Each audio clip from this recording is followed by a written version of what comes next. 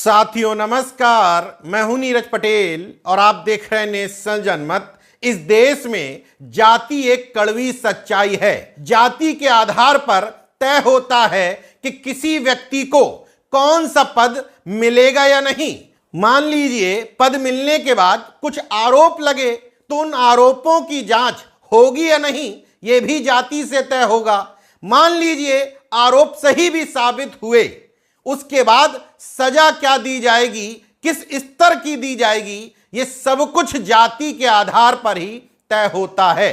National जनमत कोई बात यूं ही नहीं कहता। इस खबर में जैसे जैसे आगे बढ़ेंगे मैं इस बात को पुष्ट कर दूंगा। दरअसल नेशनल जनमत के हाथ एक खबर लगी है। खबर के अनुसार एम्स गोरखपुर और एम्स पटना दो जगह के डायरेक्टर का पद संभाल रहे डॉक्टर गोपाल कृष्ण पाल ठाकुर समाज से आते हैं।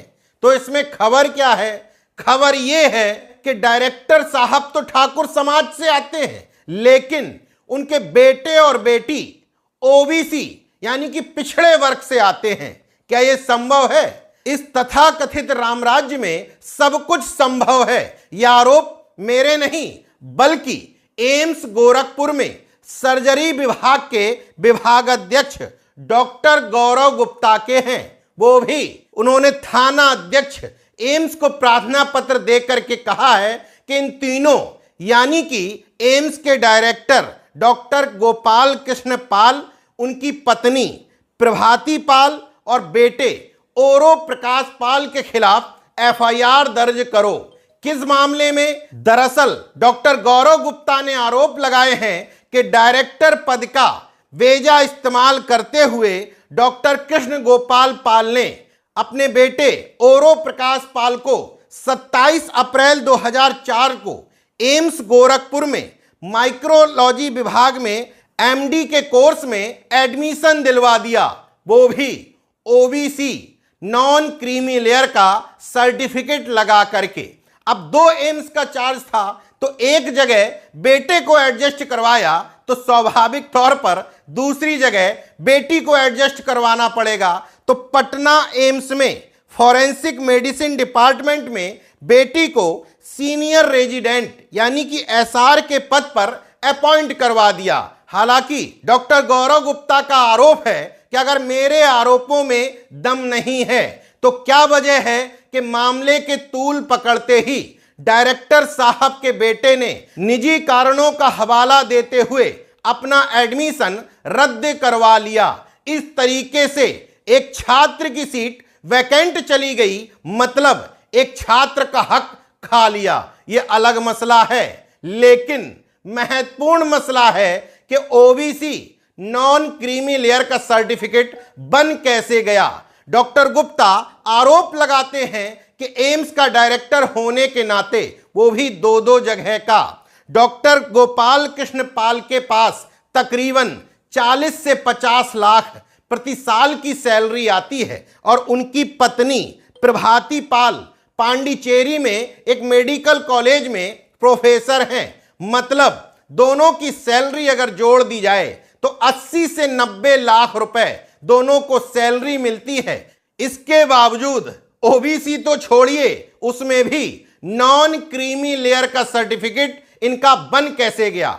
हालांकि ये बात बिल्कुल सही है कि क्रीमी लेयर की आय में सैलरी और कृषि आय को नहीं जोड़ा जाता, लेकिन जिन घरों में माता और पिता दोनों बी क्लास के अफसर होते हैं, उनके बेटे या बेटी को क्रीमी लेयर का लाभ नहीं मिल सकता। खैर छोड़िए, creamy layer non creamy layer की बात तब लागू होती जब ये पिछड़े वर्ग से होते। डॉक्टर गुप्ता ठोक के पूरी जिम्मेदारी के साथ कह रहे हैं कि डॉक्टर गोपाल कृष्ण पाल ठाकुर समाज के यानी कि सवर्ण तबके से आते हैं, तो इनके बेटे और बेटी का ओबीसी सर्टिफिकेट बन कैसे गया। नेशनल जनमत ने शुरुआत में जो बात कही थी कि सब कुछ जाति पर डिपेंड करता है, गोपाल कृष्ण पाल को जिस तरीके से दो एम्स के डायरेक्टर का चार्ज दिया गया है, वो इस बात की पुष्टि करता है कि ये ओबीसी नहीं हो सकते। चलिए मान लीजिए कि ओबीसी होते हुए चार्ज मिल भी जाता, तो इतने गंभीर आरोप लगने के बाद 5 सितंबर को एफआईआर के लिए थानाध्यक्ष को कंप्लेंट दी गई थी, लेकिन आप मीडिया में खबरें खंगालते रह जाएंगे, कहीं कोई शोर शराबा नहीं। मीडिया में, देश में, सरकार में कोई सुगबुगाहट नहीं। इस बात से भी पुष्टि होती है कि डॉक्टर गोपाल कृष्ण पाल साहब ओबीसी तो कतई नहीं हो सकते। ओबीसी होते तो इतने आरोपों में कब के रगड़ दिए जाते। दूसरी बात, चलिए मान लेते हैं कि किसी तरीके से आप यह साबित करने में सक्षम हो गए कि दोनों पति पत्नी 80-90 लाख रुपए सैलरी उठाने के बावजूद क्रीमी लेयर के दायरे में नहीं आते, तो फिर आपको भरना चाहिए ईडब्ल्यूएस।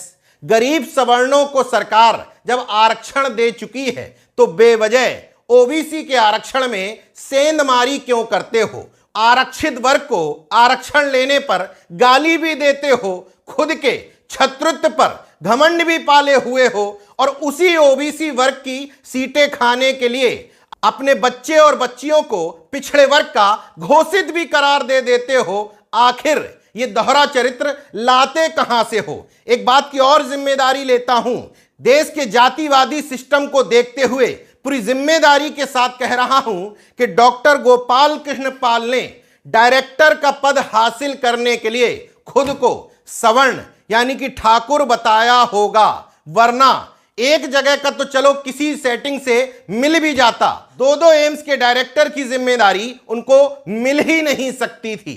बहरहाल इस पूरे मामले में केंद्र सरकार और राज्य सरकार दोनों को हस्तक्षेप करके इनके सर्टिफिकेट चेक कराने चाहिए, क्योंकि ओबीसी सर्टिफिकेट बिहार से बने हैं। नीतीश सरकार को हस्तक्षेप करना चाहिए, मोदी सरकार को जनता के सामने सच्चाई लानी चाहिए कि कहीं ओबीसी का हक छत्रत्व के गुमान में चूर इस तरीके के लोग खा तो नहीं रहे हैं। देखते रहिए नेशनल जनमत, जागरूक और सजग बने रहिए। जय विज्ञान, जय संविधान, जय लोकतंत्र। धन्यवाद।